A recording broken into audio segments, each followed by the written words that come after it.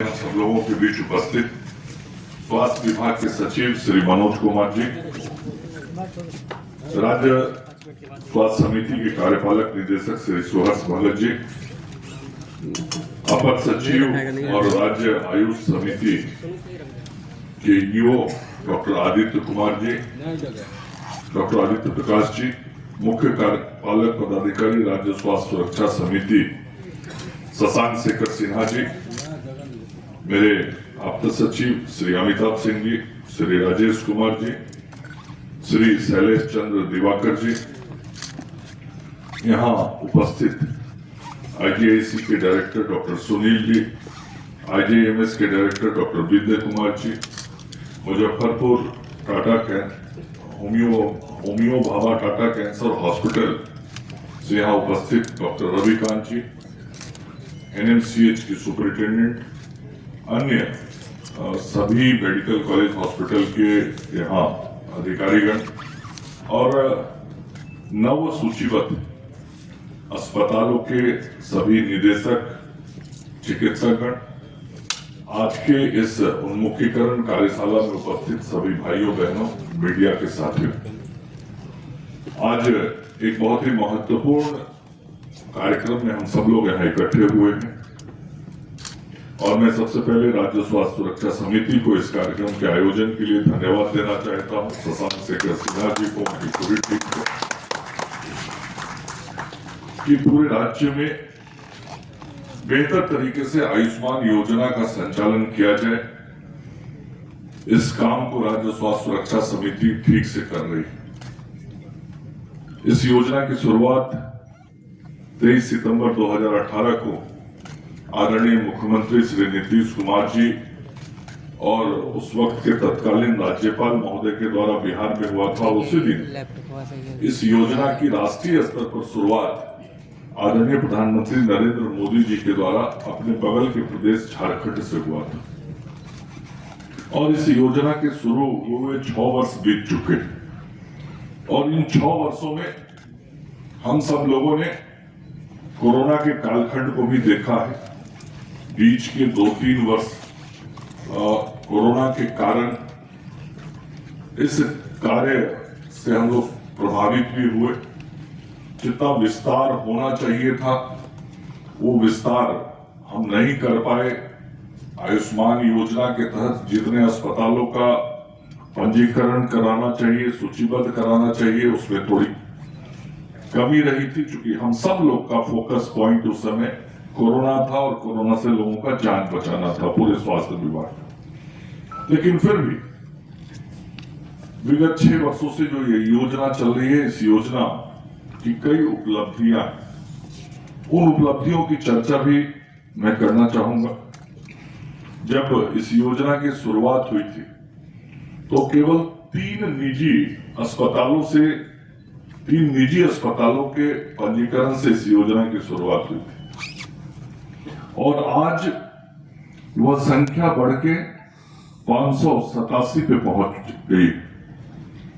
और ये 587 की जो संख्या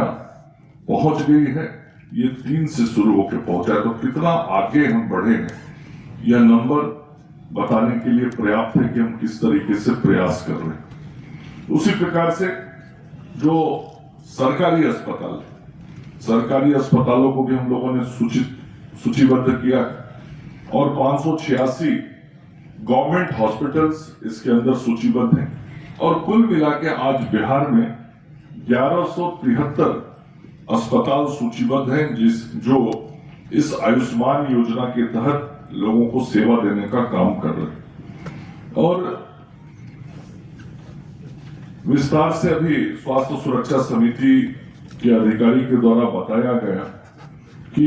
किस तरीके से हमको काम करना है। जब शैलेश जी अभी सारी जानकारी दे रहे थे तो उन्होंने बताया कि जो नए सूचीबद्ध अस्पताल हैं उनको किस तरीके से इस पूरी योजना को अमल में लाना है, किस प्रकार से मरीजों का इलाज करना है। जब मरीज आपके अस्पताल में आए तो उसके अस्पताल से आने से लेके इलाज तक की पूरी प्रक्रिया का विस्तार से आपको जानकारी दिया है। मैं ये जरूर कहूंगा कि आज जो ये उन्मुखीकरण कार्यशाला है इस कार्यशाला में मंच की ओर से तो आपको सारी बातें बताई जा रही हैं, आप उसको ग्रहण भी कर रहे हैं। मैंने अभी शशांक जी से भी कहा है कि आज का ये कार्यशाला जब समाप्त हो उसके पूर्व एक 30 मिनट या 45 मिनट का एक सेशन होना चाहिए जिसमें आपके तरफ से प्रश्न आए और निश्चित रूप से जो बातें बताई गई हैं तो आपके मन में कई विषय आ रहे होंगे, कई क्रॉस क्वेश्चंस आ रहे होंगे कि हमको ये भी जानकारी चाहिए। तो इंडिविजुअल जानकारी लेने से बढ़िया है कि आज की इस कार्यशाला में यदि कोई आपके मन में प्रश्न आ रहे हैं और उसका समाधान अधिकारियों के द्वारा कर दिया जाएगा तो आप सभी लोगों के मन के अंदर यदि उस तरह की आशंका या कोई उत्सुकता होगी तो वो पूर्ण हो जाएगा। तो यह काम आज के इस कार्यशाला में जरूर हो जाए अंतिम समय में, ये मैं कहना चाहूंगा। यह पूरी जो व्यवस्था है, ये पूरी व्यवस्था और आज का जो ये कार्यक्रम है, यह कार्यक्रम आपको आज मार्गदर्शन देने का भी है, पारदर्शी तरीके से सारी व्यवस्थाओं को संचालित करने का भी है, गुणवत्तापूर्ण सब कार्य हो और हमारी संस्थान के द्वारा गुणवत्तापूर्ण उपचार हो, इसको भी सुनिश्चित कराने के लिए आपको सारे विषयों की जानकारी देने का है। कई तकनीकी पक्ष हैं और बिना तकनीकी पक्ष की जानकारी लिए हुए और तकनीक के साथ काम किए हुए हम पारदर्शी तरीके से काम नहीं कर सकते। जिस फ्रॉडिज्म का डर बता रहे थे तो ये फ्रॉड होने की संभावना रहती है, इसलिए बहुत सारा सिस्टम इसमें टेक्नोलॉजी बेस्ड है ताकि कोई फ्रॉड का स्कोप नहीं रहे और यदि फिर भी कोई करता है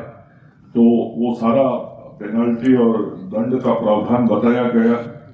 लेकिन हम क्यों ऐसा कुछ करें जिसके कारण हमको सिस्टम में जाना पड़े या हमको कोई कार्रवाई करना पड़े। इसलिए मैं आज जो 67 हॉस्पिटल नए सूचीबद्ध हुए हैं जिनका विशेष तौर पे यहाँ उन्मुखीकरण का कार्यशाला चल रहा है, मैं आप लोगों से यही कहूंगा कि विषयों को पूरा समझ के आप कोई ऐसा अवसर ही ना दे स्वास्थ्य सुरक्षा समिति को जिसके कारण स्वास्थ्य सुरक्षा समिति को कोई कार्रवाई करना पड़े और पूरी चीजों को समझ के बेहतर तरीके से इस आयुष्मान भारत योजना को हम सब लोग लाने का काम करें अपने अस्पताल में बेहतर तरीके से। और आदरणीय प्रधानमंत्री जी का जो ये सपना है वास्तव में ये मानवता की सेवा है और हम लोग क्या कहा जाता है कि नर सेवा ही नारायण सेवा है और मतलब मनुष्य की सेवा ही ईश्वर की सेवा है, मनुष्य की पूजा ही ईश्वर की पूजा है। और इसी सोच के साथ हमारे प्रधानमंत्री जी ने इस योजना की शुरुआत की और मनोज जी अभी बता रहे थे हमारे सचिव महोदय कि प्रधानमंत्री जी की यही सोच थी कि हमारे देश का रहने वाला सामान्य व्यक्ति, गरीब आदमी, मध्यम वर्गीय परिवार का आदमी जिसकी आय सीमित है, वैसे सभी लोगों को इलाज बेहतर तरीके से हम अपने देश में दे सके। ऐसा ना हो कि हमारे देश का कोई व्यक्ति आर्थिक रूप से गरीब है लेकिन वो पैसे के अभाव में इलाज नहीं करा पा रहा और उसके कारण उसकी मृत्यु हो जाए। इसे बंद करने का संकल्प आदरणीय प्रधानमंत्री जी ने इस आयुष्मान योजना के माध्यम से लिया और तभी तो पूरे देश के 55 करोड़ लोग और हमारे अपने राज्य के भी लगभग 5.5 करोड़ लोगों को पहली बार जब ये योजना लागू हुई 1,21,00,000 परिवारों को इसमें जोड़ा गया और प्रधानमंत्री जी की संकल्पना यही थी कि बहुत सारे गंभीर बीमारी हैं जिसमें ज्यादा पैसा खर्च होता है, उन बीमारियों का इलाज सामान्य गरीब आदमी नहीं करा पाता। सामान्य गरीब आदमी किसी प्राइवेट हॉस्पिटल में जाने की हिम्मत नहीं कर पाता, वो दूर से ही देख के अस्पताल से आगे कहीं बढ़ जाता है कि मैं तो इस अस्पताल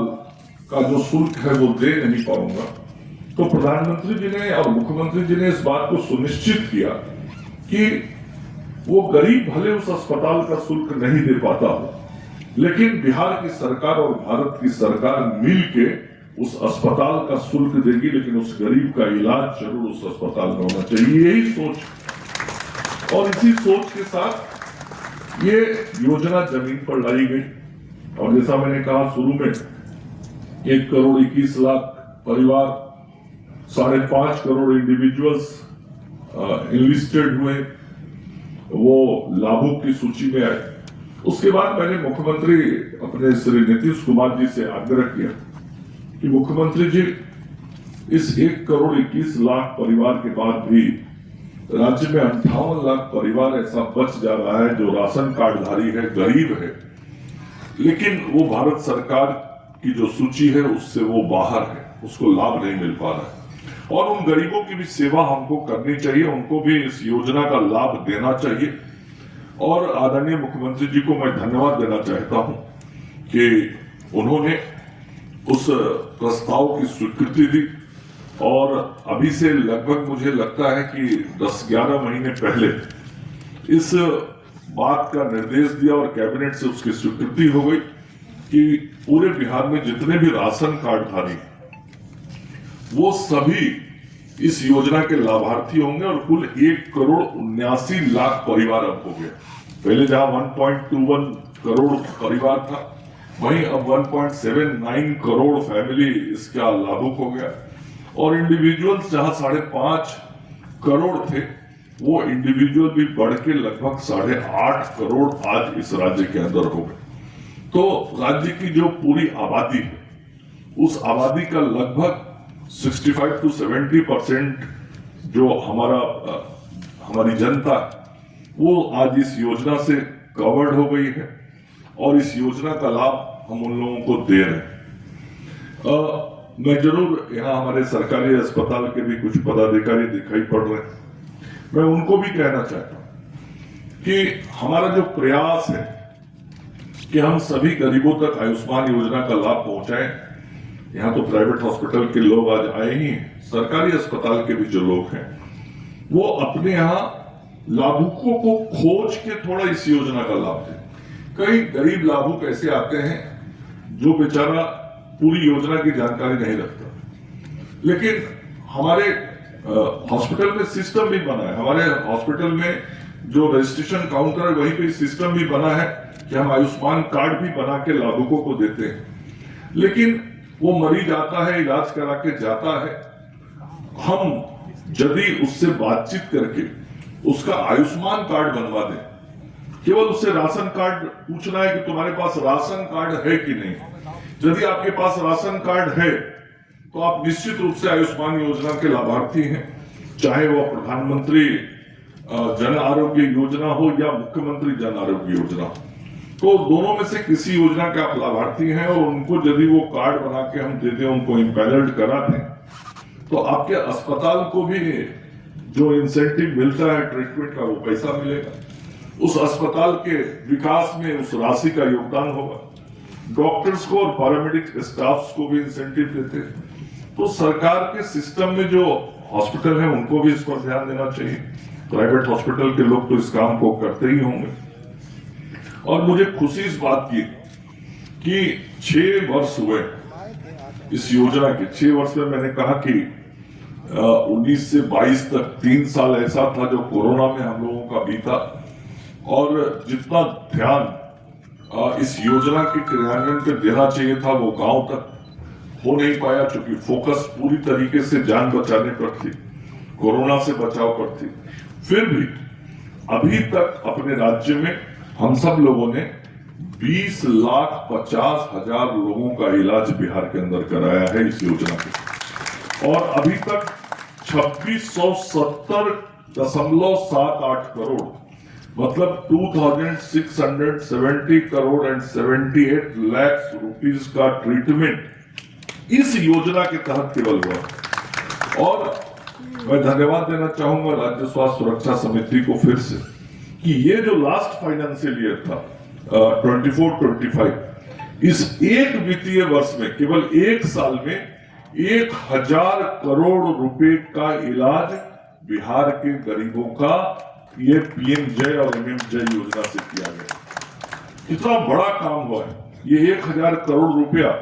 यदि भारत सरकार और बिहार सरकार खर्च नहीं करती तो किसका खर्च होता? गरीबों का खर्च होता। और यही प्रधानमंत्री जी की सोच थी कि गरीबों के पैसे को खर्च नहीं होने देना है, सरकार पैसा खर्च करेगी। मुख्यमंत्री जी की यही सोच थी, इसीलिए उन्होंने और लोगों का नाम जोड़ा कि हमारे राज्य के अंदर कोई भी व्यक्ति किसी भी गंभीर बीमारी से गुजर रहा हो और कितना भी पैसा खर्च होना हो, बिना इलाज का नहीं रहेगा। और आज 1,000 करोड़ रुपया केवल 1 साल में खर्च हुआ। और दूसरी बड़ी बात मैं बताना चाहता हूं, आज 3,75,00,000 आयुष्मान कार्ड बन गया है बिहार में,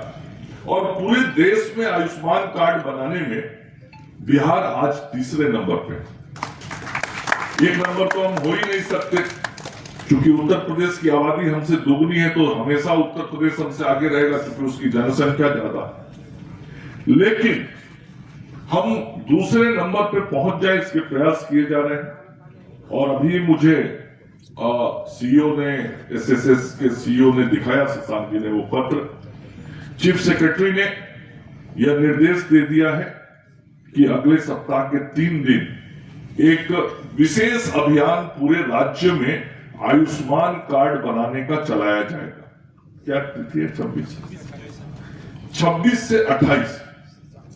26, 27, 28 मई को ये 3 दिन बिहार में पंचायत स्तर तक विशेष अभियान चला के आयुष्मान कार्ड बनाने का काम बिहार सरकार की तरफ से किया जाएगा। इसमें सभी जिलाधिकारी, प्रखंड विकास पदाधिकारी, विभिन्न विभागों के अधिकारियों को चीफ सेक्रेटरी ने निर्देशित किया है कि आप सब लोग लग के गरीबों की सेवा के इस काम को आगे बढ़ाएं और कार्ड और बनाने का काम करें। तो इस तरीके से हम लोगों का इलाज करा रहे हैं। और यहाँ तो सब हम लोग बिहार के हॉस्पिटल के लोग बैठे हुए हैं, लेकिन लगभग 3,07,000 मरीज ऐसे थे जिन मरीजों का इन वर्षों में बिहार के बाहर जो हमारे इम्पैनल्ड हॉस्पिटल्स हैं, ये जो लाभुक होते हैं केवल उनको बिहार के अस्पताल में लाभ मिलता है ऐसा नहीं। देश में लगभग 29,000 हॉस्पिटल इम्पैनल्ड हैं। उन सभी अस्पतालों में कोई सुपर स्पेशलिटी के लिए बाहर जाकर ट्रीटमेंट कराता है तो उसको भी इस सुविधा का लाभ मिलता है। और लगभग 800 करोड़ रुपया केवल बाहर के अस्पतालों में जिन बिहार के लोगों ने इलाज कराया है उस पर ये राशि हम लोगों ने खर्च की। तो ये इस प्रकार से लगातार हम सब लोग काम कर रहे हैं। 70 वर्ष से ऊपर के जो हैं उनके लिए प्रधानमंत्री जी ने आयुष्मान वय वंदना कार्ड जारी करने का निर्णय किया आज से 6-7 महीना पहले, और अभी तक बिहार में भी लगभग 2,32,000 आयुष्मान वय वंदना कार्ड बन गए। और उसमें विषय ये है कि 70 साल से ऊपर का जो भी नागरिक है वो उसका आय कुछ भी हो, मतलब कोई जरूरी नहीं है कि उसका इनकम कम हो तभी उसको इस योजना का लाभ मिलेगा। आय सीमा उसमें निर्धारित नहीं, निर्धारित इतना ही है कि 70 साल से ऊपर के जो भी होंगे उन सभी लोगों को इस योजना का लाभ मिलेगा। तो वो कार्ड बनाने का काम भी राज्य आयुष समिति की तरफ से चल रहा है। और लगातार जो हम सब लोग काम कर रहे हैं उस काम की गति बढ़ती हुई दिखाई पड़ रही है, लाभ भी ज्यादा लोगों को मिलता हुआ दिखाई पड़ रहा है। और मैं